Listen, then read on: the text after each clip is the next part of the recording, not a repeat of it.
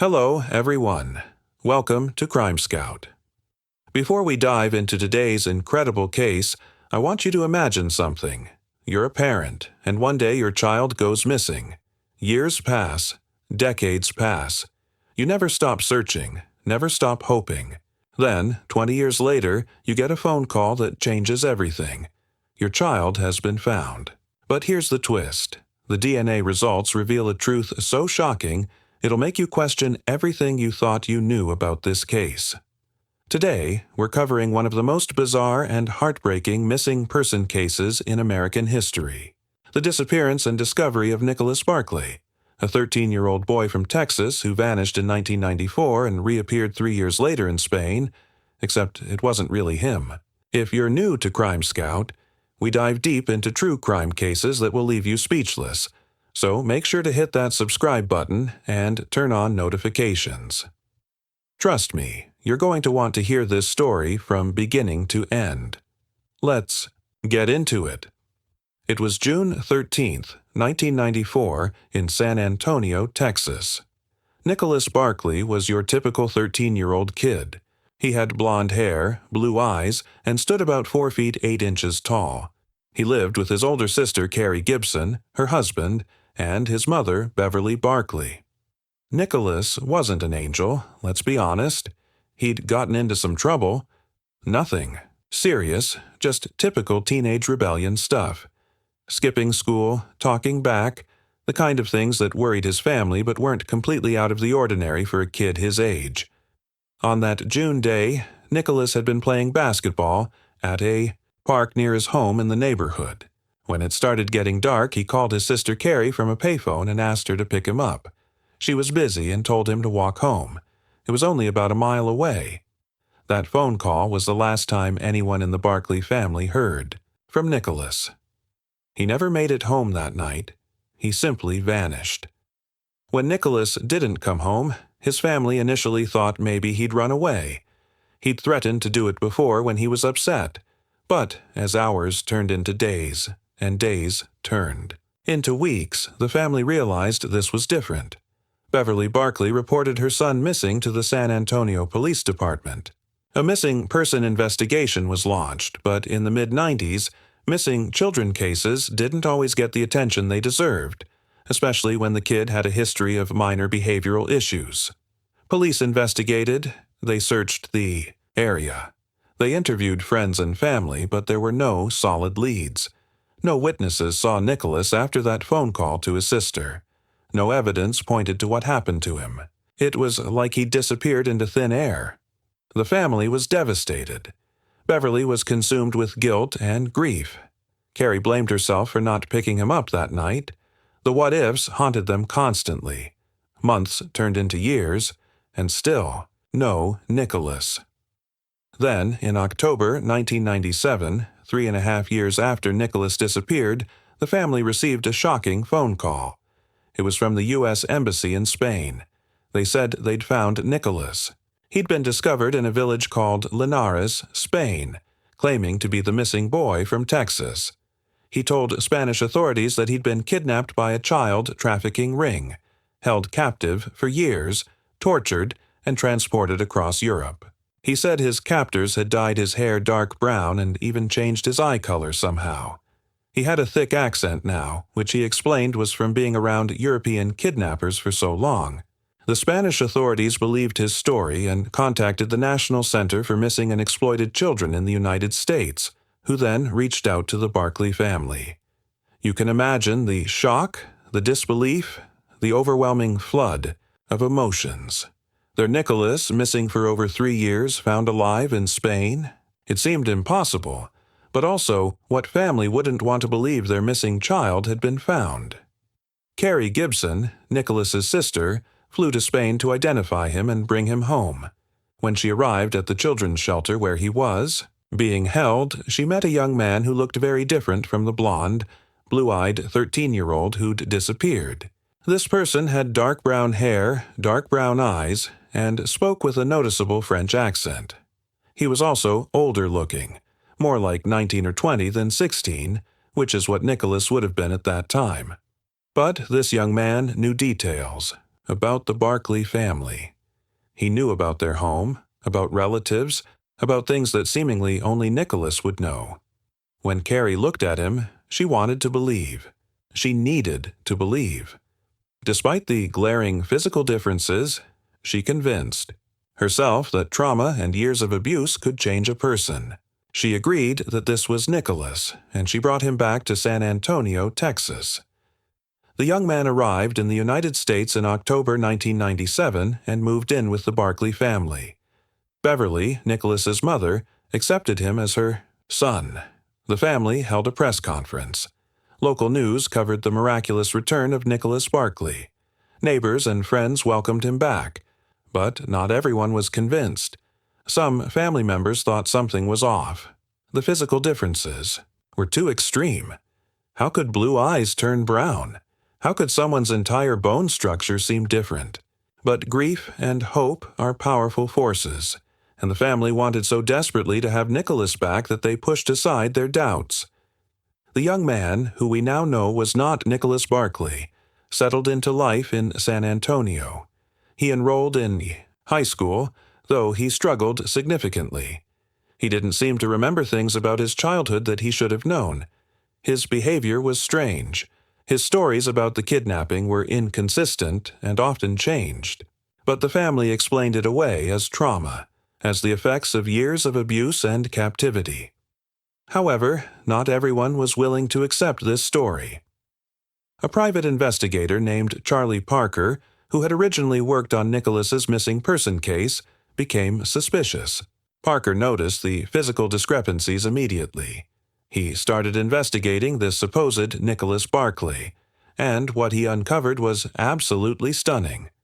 Meanwhile, a television producer working on a documentary about missing children also became skeptical.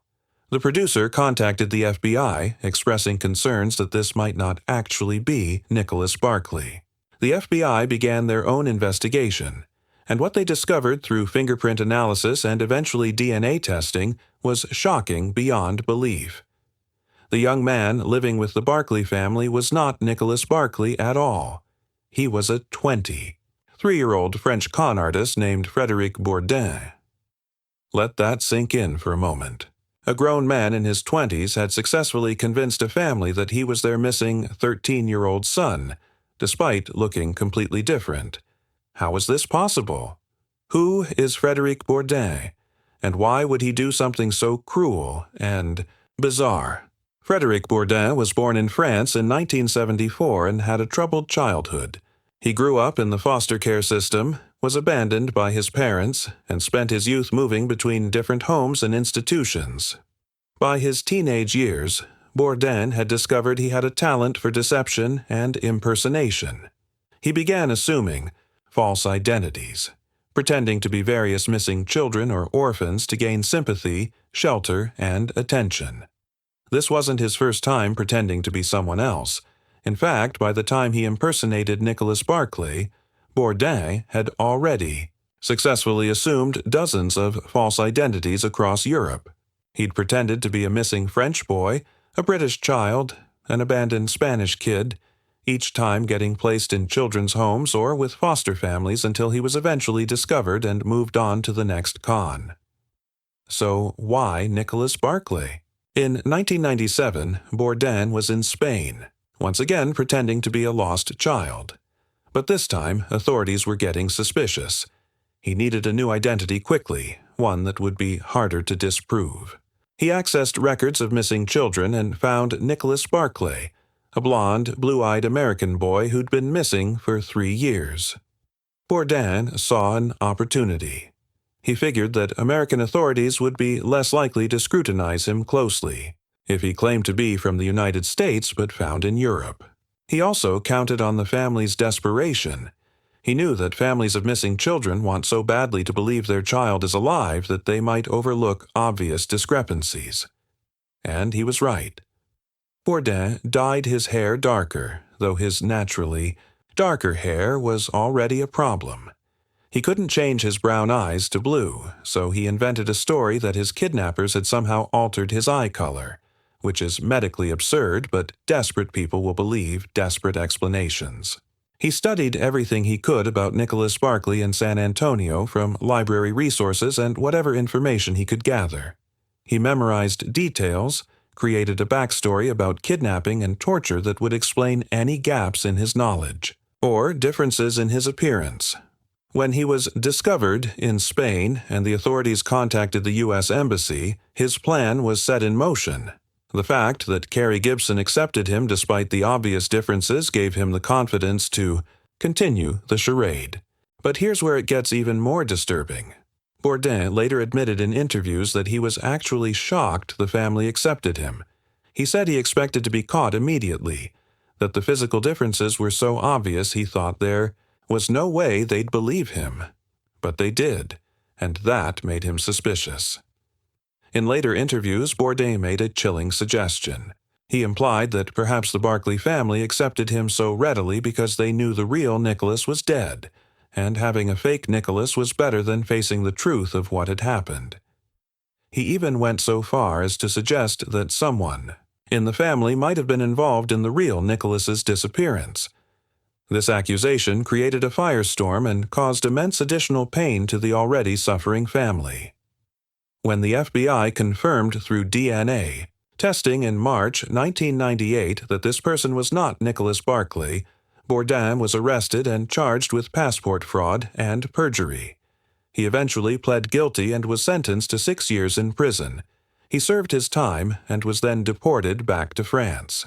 The Barkley family was left devastated once again, this time not just by Nicholas's continued absence, but by the cruel deception they'd endured. The media coverage was intense and often harsh.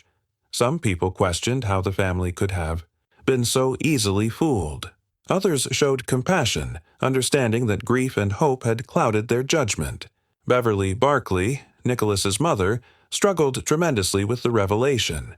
She'd believed this was her son. She'd accepted him into her home, into her life.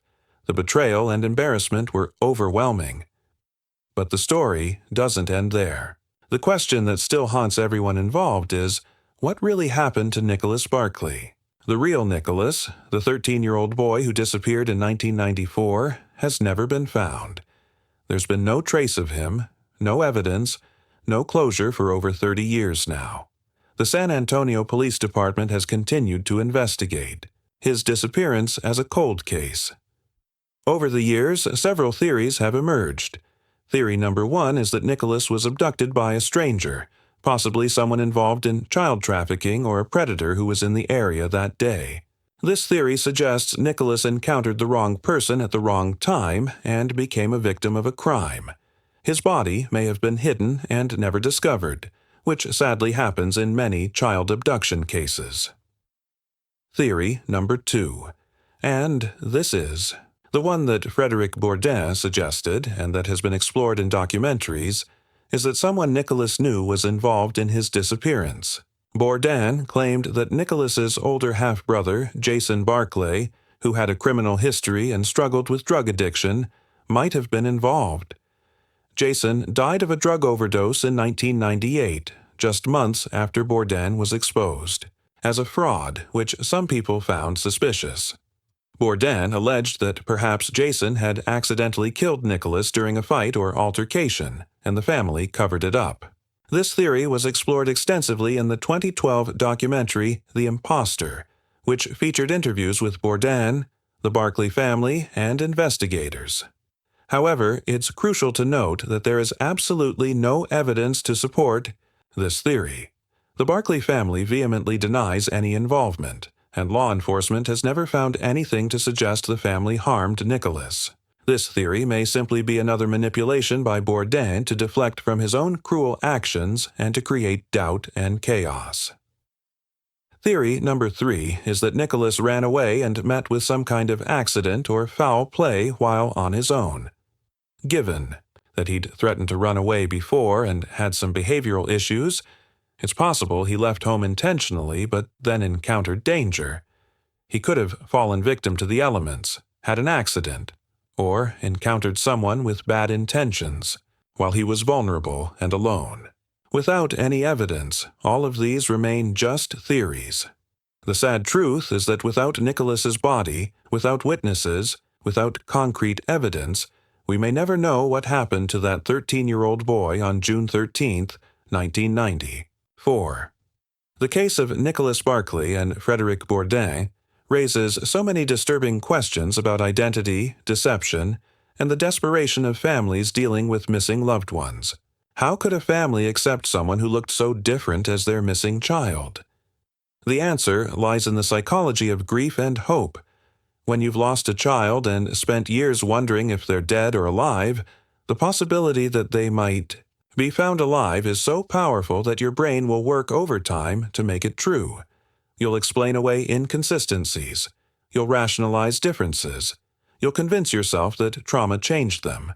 It's not stupidity or gullibility, it's the human mind protecting itself from unbearable pain. The Barclay family wanted Nicholas back so desperately that they were willing to believe the impossible. Frederic Bourdin's actions were reprehensible. He exploited a grieving family's pain for his own benefit. What did he gain from this? According to his own statements, he craved family, belonging, and attention. His entire life had been characterized by abandonment and rejection, and by assuming the identities of missing children, he could temporarily experience being wanted, being part of a family, having an identity that mattered. It's a twisted and deeply disturbed way of seeking connection, and it caused immeasurable harm to real families dealing with real tragedy. After his release from prison, Bourdin returned to France and has since been caught impersonating people multiple times. He seems unable or unwilling to stop. In interviews, he's expressed some remorse for the pain he caused the Barclay family, but he's also defended his actions and even promoted himself through his notoriety. He participated in the documentary The Imposter and various interviews, essentially profiting from his deception. The documentary The Imposter, directed by Bart Layton and released in 2012, brought renewed attention to this case. It's a fascinating and disturbing film that uses interviews, reenactments, and archival footage to tell the story. It presents Bourdin's perspective, the family's perspective, and the investigators' perspectives. The film doesn't provide definitive answers about what happened to the real Nicholas, but it does make you think deeply about identity, truth, and how far people will go to believe what they desperately want to be true. If you're interested in this case, I highly recommend watching it, but be prepared for a lot of moral complexity and uncomfortable questions. As of 2025, Nicholas Barclay remains missing. He would be 44 years old now. His case is still listed with the National Center for Missing and Exploited Children. Age progression photos have been created showing what he might look like today. The San Antonio Police Department encourages anyone with information about Nicholas's disappearance to come forward. Even after all these years, there's hope that someone, somewhere, knows something that could bring closure to this case. Beverly Barclay, Nicholas's mother, passed away in 2003, never knowing what happened to her son. That's perhaps the most heartbreaking aspect of this entire story. A mother who spent the last years of her life not only grieving her missing child, but also dealing with the public humiliation and pain of being deceived by an imposter. This case teaches us several important lessons. First, it shows us the vulnerability of families dealing with missing loved ones. These families are in such pain that they become targets for cruel people like Bourdin. We need better support systems, better verification processes, and more compassion for families navigating these impossible situations. Second, it reminds us that DNA testing and proper identification procedures are absolutely critical. In today's world, it would be much harder for someone like Bourdin to succeed because DNA testing is routine and quick. Back in 1997, it took months to get DNA results, and by then, Bourdin had already embedded himself in the family. Today, a simple cheek swab can confirm or deny identity within days. Third, this case highlights the importance of continuing to investigate missing person cases even decades later. Nicholas Barkley's case is still open. Evidence can emerge years later. Witnesses can come forward. Technology advances. We should never give up on finding the truth. If you or someone you know has any information about the disappearance of Nicholas Barkley from San Antonio, Texas, on June 13, 1994, please contact the San Antonio Police Department or the National Center for Missing and Exploited Children. What do you think happened to Nicholas Barkley? Do you believe Bourdain's implications about the family? Or do you think he's simply a master manipulator trying to create doubt?